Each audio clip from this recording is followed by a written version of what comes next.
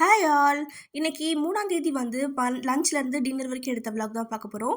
வெளியே ஒரு ஒர்க்காக போயிருந்தோம். லேட் ஆகிடும்னு சொல்லிட்டு வெளியவே சாப்பிட்டுட்டு வந்தாச்சு. லஞ்சு சாப்பிட்டுட்டு வந்தாச்சு. அப்படியே ஏப்ரல் மந்த்துக்குரிய கிராசரி ஃபுல்லாக பர்ச்சேஸ் பண்ணிட்டு வந்தாச்சு. இன்னைக்கு என்னென்ன வாங்கியிருக்கோன்னு பார்த்தீங்கன்னா, மைதா பாக்கெட் ஒரு 1/2 kg பாக்கெட் வந்து 3 பேக்கெட் வாங்கியிருக்கேன். அப்புறம் ஆச்சி குழம்பு மசாலா பொடி வாங்கியிருக்கோம். இதில் வந்து 20 ருபீஸ்க்கு சாம்பார் மிக்ஸ் பொடி வந்து ஃப்ரீன்னு போட்டிருந்தாங்க. ஸோ அதுவும் வாங்கிட்டு வந்தாச்சு. அப்புறம் சீஸ் ஸ்லைசஸ் வந்து வாங்கியாச்சு. இந்த கேக்கில் நடுவில் வச்சு யூஸ் பண்ணலாம். இல்லைனா மேக் அண்ட் சீஸில் வந்து மேலே ஸ்ப்ரெட் பண்ண யூஸ் பண்ணுவேன். இன்னும் நிறைய ரெசிபீஸ்க்கும் இதை யூஸ் பண்ணுவேன். அப்புறம் கோதுமை மாவு சப்பாத்தி பூரி வந்து மேக்ஸிமம் நம்ம யூஸ் பண்ணுவோங்கிறதுனால இது வந்து ஒரு 6 பாக்கெட் எடுத்துகிட்டு வந்துட்டேன்.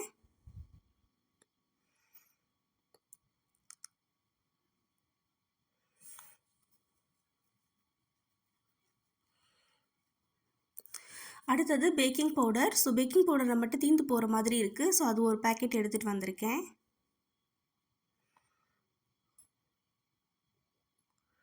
ராகி சேமியா. பாப்பா ராகி சேமியா கேட்டா. ஸோ அவளுக்காக 2 பேக்கெட் வாங்கிட்டு வந்திருக்கேன். அப்புறம் இட்லி மாவு. இந்த மாவு பேக்கெட் வந்து ரொம்ப நல்லா இருந்தது.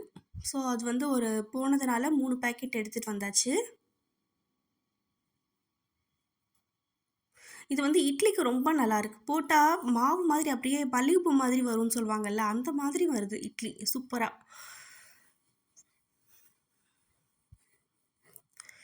இது வந்து கருப்பு உளுந்து. கருப்பு உளுந்து வந்து வடை செய்கிறதுக்கு, இன்னும் உளுந்தங்களி செய்கிறதுக்கு நிறைய ரெசிபீஸ்க்கு யூஸ் பண்ணுவேன். Sunflower oil. இது வந்து ஏற்கனவே ஒரு 2 பேக்கெட் இருக்குது. ஸோ அதனால ஒரு 2 பேக்கெட் மட்டும் எடுத்துகிட்டு வந்துட்டேன். இதோட ப்ரைஸ் வந்து 168 போட்டிருந்தாங்க.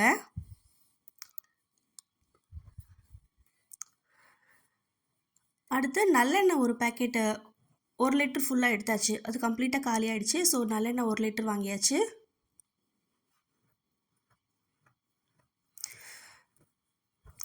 கார்ன்ஃப்ளவர் மாவு. இது எப்போவும் ஒரு பெரிய பேக்கெட் எடுப்பேன். ஆனால் சின்ன பேக்கெட் தான் இருந்தது. ஸோ அதனால் இன்றைக்கி 2 பேக்கெட்டாக எடுத்துட்டேன். அப்புறம் டீ தூள் பேக்கெட்டு. டீ வந்து நாங்கள் ரொம்ப அதிகமாக போட மாட்டோம். வீட்டில் யாராவது கெஸ்ட் வந்தால் மட்டும் தான் போடுறது. ஸோ அதனால் சின்ன பேக்கெட்டாக வந்து ஒன்று வாங்கியாச்சு. இதோட ப்ரைஸ் வந்து 40 சம்திங் போட்டிருந்தாங்க. அடுத்து முந்திரி பருப்பு, பாதாம் பருப்பு.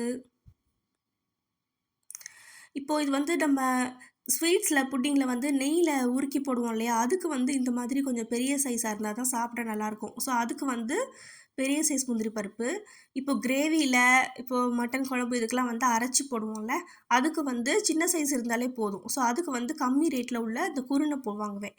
ஸோ அதனால் 2 தனித்தனியாக வாங்கியாச்சு.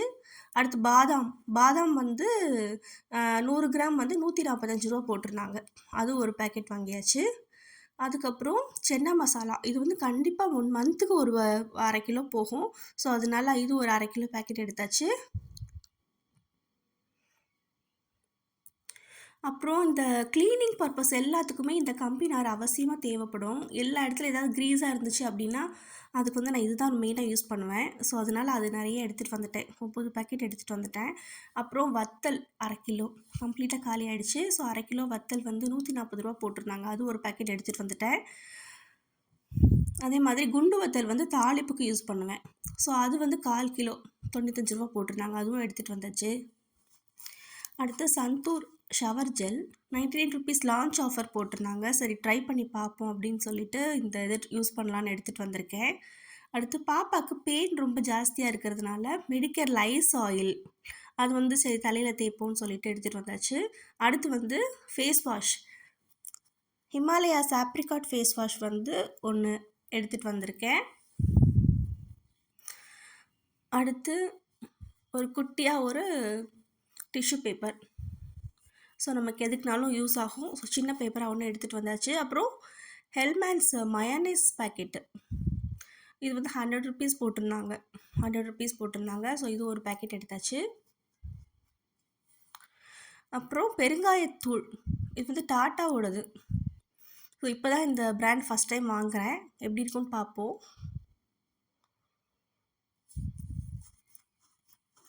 டாட்டா சம்பன். அடுத்து விஸ்பர் வந்து 2 பேக்கெட் வாங்குனோம். இதில வந்து ஆக்சுவலா லென்த் வந்து ஃபர்ஸ்ட்டு எனக்கு ஐடியாவே கிடையாது. இப்போ தான் எனக்கு புரிஞ்சுச்சு. அதாவது லென்த் நமக்கு எவ்வளோ ப்ளீடிங் இருக்கோ அதுக்கேத்த மாதிரி XL, XL plus, double XL, double XL plus, triple XL, triple XL ப்ளஸ்ன்னு சொல்லிட்டு நெறைய வெரைட்டீஸ் வச்சிருக்காங்க. ஸோ நமக்கு என்ன தேவையோ அதுக்கேத்த மாதிரி வாங்கிக்கிற மாரி வச்சிருக்காங்க. ஸோ இது வந்து சீஸ் மொசரல்லா சீஸ் வந்து பீட்சாக்கு யூஸ் பண்ணுவேன். இன்னும் நெறைய ரெசிபீஸ்க்கு யூஸ் பண்ணுவேன். ஸோ அதனால பிளெண்ட் பண்ணி நல்லா டைஸ் பண்ணி நீட்டா வச்சிருந்தாங்க. அதே வாங்கியாச்சு. இது வந்து டேஸ்ட் என்ஹான்சர். ஸ்டாக் கியூப்ஸ் வச்சிருந்தாங்க. இப்போ நம்ம சூப்புக்கு, சில பிரியாணிக்கு இதுக்கெல்லாம் வந்து இது போட்டோம் அப்படின்னா டேஸ்ட் செம்மையா சூப்பரா இருக்கும். மேக்ஸிமம் இது யூஸ் பண்ண மாட்டேன்.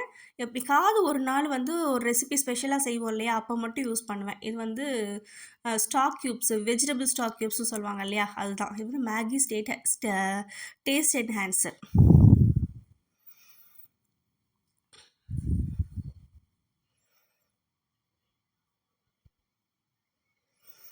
அதுக்கப்புறம் மீல் மேக்கர். மீல் மேக்கர் வந்து எப்பயாவது ஏதாவது ஒரு ரெசிபியில் யூஸ் பண்ணுவோம். கையில் எதுவுமே இல்லாதப்போ ஒரு இது மாதிரி கை கொடுக்கும். இது வந்து chilli sauce, red chilli sauce. இது வந்து சப்ஜா சீட்ஸ், ட்ரிங்க்ஸுக்கெலாம் யூஸ் பண்ணலாம். அவ்வளோதான். அப்புறம் வெந்தய பொடி வாங்கினேன். இதுவும் சில ரெசிபீஸில் போடுவேன். அப்புறம் சீரகம் 2 பேக்கெட் வாங்கினேன். ஸோ பொடி பண்ணி வறுத்து பொடி பண்ணி வச்சுக்குவேன். அப்புறம் தனியாக சீரகமாகவும் யூஸ் பண்ணிக்குவேன். ஸோ 2 பேக்கெட் தேவைப்படும். அடுத்து விம் பார் ஒரு 4 பேக்கெட் வாங்கினேன். அதுக்கப்புறம் சைனா கிராஸ்.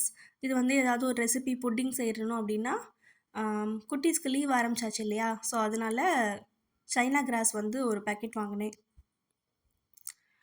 அடுத்து கடுகு ஒரு பேக்கெட்டு. அப்புறம் வந்து கறி மசால் பொடி ஒரு பேக்கெட்டு.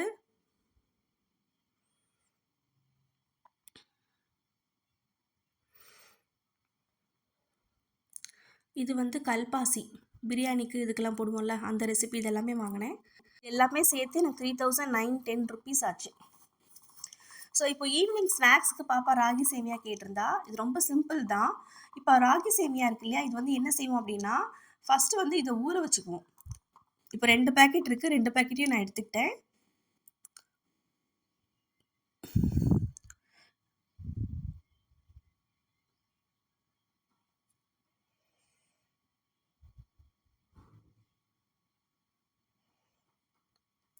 இதை வந்து தண்ணியில் ஒரு 5 நிமிஷம் அளவுக்கு ஊற வச்சுக்குவோம். ஏன்னா இது வந்து ரஃப்பாக இருக்கும் இல்லையா? அப்படியே நம்ம வேக வைக்க முடியாது. ஜஸ்ட் இதை சாஃப்ட் ஆக்கிறதுக்காக இந்த மாதிரி நம்ம ஊற வச்சுருக்கோம்.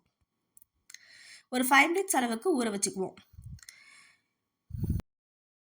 இப்போ ஊறிடுச்சு. இப்போ நம்ம இதை இட்லி பாத்திரத்தில் மாற்றிடலாம். இப்போ கொஞ்சமாக தண்ணி எடுத்துக்கிட்டு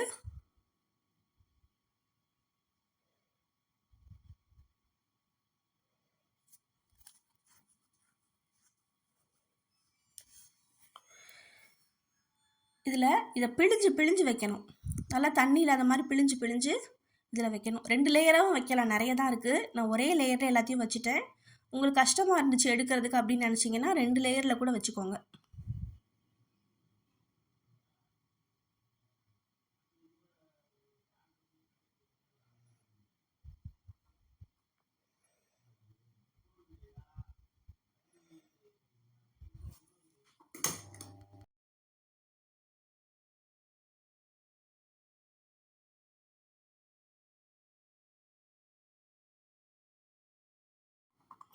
இதை இப்போ க்ளோஸ் பண்ணிவிட்டு அடுப்பில் 5 மினிட்ஸ் அளவுக்கு ஃபுல் ஃப்ளேமில் வச்சு எடுத்தோம் அப்படின்னா ராகி சேமியா நல்லா வெந்திருக்கும்.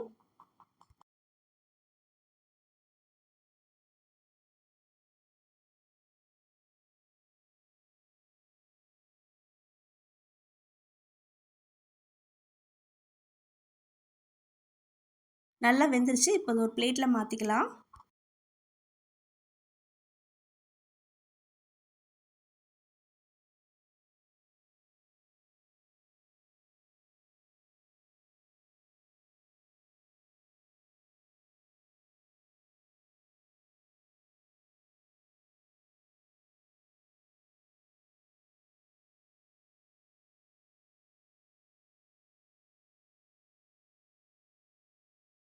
இப்போ சர்வ் பண்ணிக்கலாம்.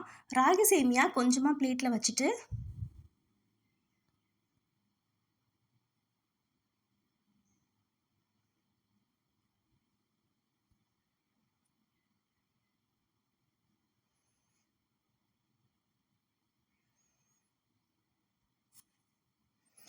நல்லெண்ணெய் கொஞ்சமாக ஊற்றிட்டு